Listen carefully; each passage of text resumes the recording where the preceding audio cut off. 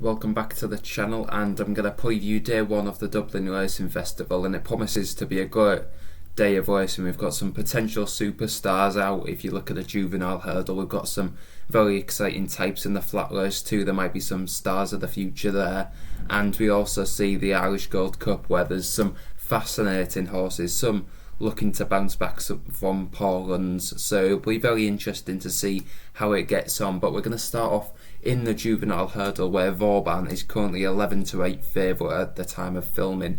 Now this horse has only had one start and he actually finished second, which on the bare form you'd be thinking, how's he favourite for this Grade 1? But you've got to take into account that he was beaten by Pied Piper, who won very impressively in the Triumph Trial at Cheltenham on Saturday. That was a very impressive performance. He won by 9 lengths that day, and Vauban got within half a length of him on his debut, and I think Vauban would have won. He was a bit too keen in some places and he didn't jump the last very well. He lost all his momentum and was closing again on the line, and I think this form will work out very strongly in the end, and I think Vauban might just be a potential superstar in the waiting. I've tipped him up for the Triumph at 16-1, so I'm sat happy at the minute, but hopefully he can take another step forward and he might just be favourite for the Triumph at the end of the week. Second favourite is Phil Daw, who's 6-4 and probably sets the standard at this point in time. He's 3 from 3 and he's been very impressive and progressive in all of his 3 starts. His last one was very impressive, beating Luna Power by 7 lengths, and it was nice to see him step forward considering before he only beat him by 1.5 lengths, so seeing that progression from second to third run was very impressive. For this horse though, I think that soft or heavy ground is key, and you could make a case for it with Vauban as well, so it'll be interesting to see how both of them cope with the anticipated faster ground at Leopardstown on Saturday. Also, Billy Mullins runs Vauban. He also runs Iser Alam, who's currently 2 from 2 under rules and is a completely unexposed type. The form of his hurdles debut doesn't exactly read great, but he did everything quite impressively, and no one knows how good this horse could be. But on the betting, you think that the Willie Mullins camp definitely think that Vauban is a better horse than Iser Alam. So to round up this race, I think Vauban is definitely the most exciting, and for me, having had a better 16-1, he's the one I'm hoping that will deliver the business for Paul Townend most likely, and an owner which does have a few exciting horses and young horses that might just be on the rise in the next few years.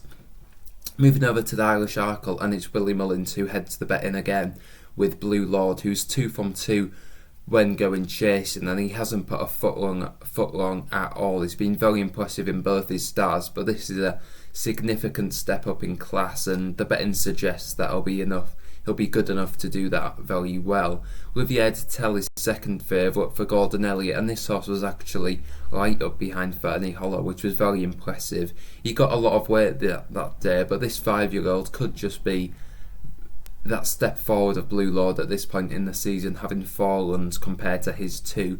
But the question mark would be, we know Fernie Hollow has been declared injured since, so I wonder if Fernie Hollow had a problem that day which might have allowed Riviere de Tell to get slightly closer than he would have done. Willie Mullins also has Saint Sam and Hatton Claw entered, and he's just got a list of novice chasers over this short trip, and I think any Willie Mullins horse could win this race. If Blue Lord does turn up, he's entered to do so at the minute, I think he would be the most likely winner, and the betting does definitely suggest that. But as I said, Willie Mullins does also run Saint Sam and Hot and Claw, who do have a big chance. Moving over to the Irish Gold Cup, and I feel like I'll be repeating myself again in saying Willie Mullins churns the favourite, and this is Ken Boy, who loves it around at Leopardstown. He's got some very good form there, and he's also a 5-2 favourite for this race. He's got good course form, and he was within 1 length of Galvin last time, who's now second favourite for the Gold Cup.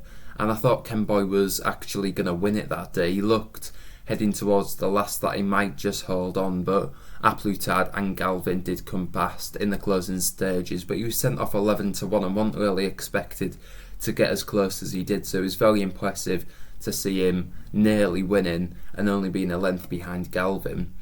Moving on to Frodon, who's second favourite and an English rider for Paul Nicholls. Now this horse was fourth in the King George, which, although he was beaten a long way, might have just been a little bit better than most people would give him credit for, as he was right up with a pace in a race that definitely fell apart. If you look at Manella Indo, who we'll get onto soon, Manella Indo and Frodon was up there with the pace, and Manella Indo was pulled up in the end, but Frodon managed to still get fourth, albeit he was beaten a long way.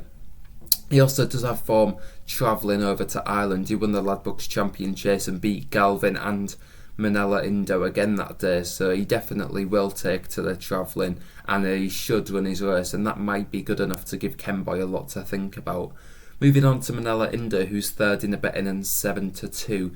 Now I think this horse, although he won the Cheltenham Gold Cup last year, I don't think he's really discovered his form this year at all really. He was around 5 lengths behind Frodon on debut when he did need the run, granted, but you'd think he'd step forward in the King George, but that was a bitterly disappointing run from Manella Indo, and the yard aren't exactly flying at the minute, so I think it'd be a massive achievement for this horse to go and win this race, and at 7-2 I definitely think is a bit too short in the betting. Moving on to the Flatlace, which sees Facile Vega looking to improve his reputation, albeit he's already got a very big reputation. Before he ran, Willie Mullins was saying how good this horse was and he'd been tearing up the gallops. On his debut, he was very impressive. He beat Joey Machen by about 6 lengths, and Patrick Mullins, so he didn't have to get too serious on him, and he extended away nicely in the end, showing a good turn of foot, and he also stayed out the trip pretty nicely.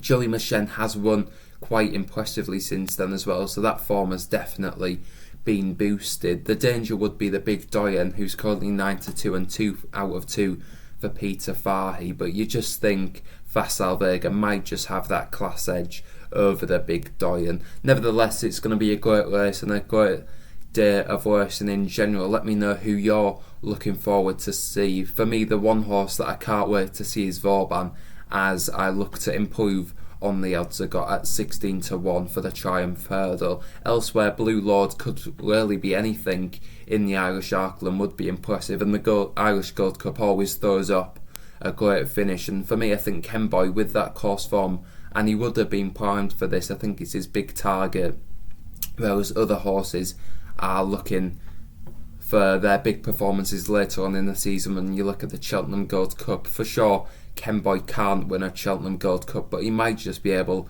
to win an Irish Gold Cup. I think he will, and let me know your thoughts in the comments down below.